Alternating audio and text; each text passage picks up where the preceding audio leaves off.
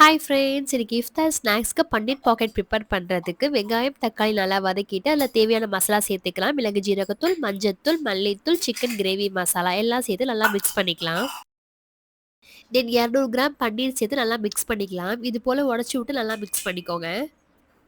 அப்பதான் ஸ்டஃபிங் நல்லாருக்கும்.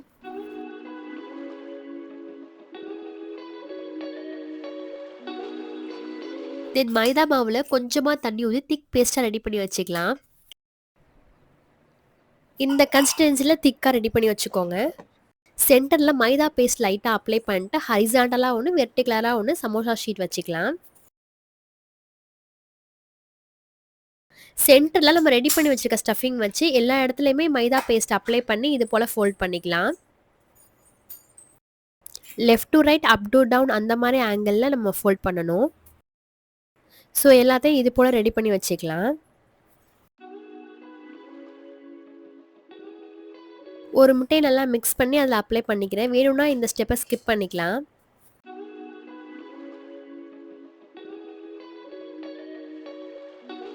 இது போல எல்லாத்தையும் ரெடி பண்ணிட்டு டீப் ஃப்ரை பண்ணி எடுத்தா எம்மியா ரெடி ஆயிடும். டேஸ்ட் சூப்பரா இருந்துச்சு. கண்டிப்பா ட்ரை பண்ணி பாருங்க.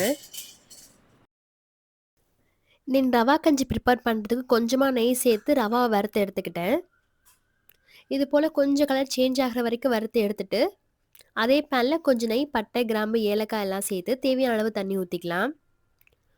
1 கப் ரவாக்கு 4 கப் தண்ணி சேர்த்துக்கலாம். 1 பிஞ்ச் சால்ட்டும் அது கூட சேர்த்துக்கலாம். இப்போ நல்லா குக் ஆயிடுச்சு ரவா. அதில தேவையான அளவு சுகர் சேர்த்து 1/2 லிட்டர் பால் சேர்த்தா எம்மியா ரெடி ஆயிடும். இதுக்கு மேல நெய்யில முந்திரி, திராட்சை வறுத்து போட்டா இன்னும் சூப்பரா இருக்கும். நான் இன்னைக்கு அது பண்ணல. இன்னைக்கு இஃப்தாருக்கு vada, paneer packet, apple juice, apple ice cream juice அது, நன்னாரி சர்பத், ரோஸ் மில்க் கடல் பாசி, ரவா கஞ்சி, நோம்பு கஞ்சி.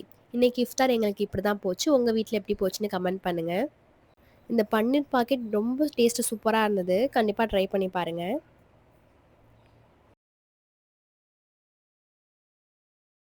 இன்னைக்கு சஹருக்கு பள்ளிவாசல்லேருந்து மட்டன் பிரியாணி வந்துச்சு.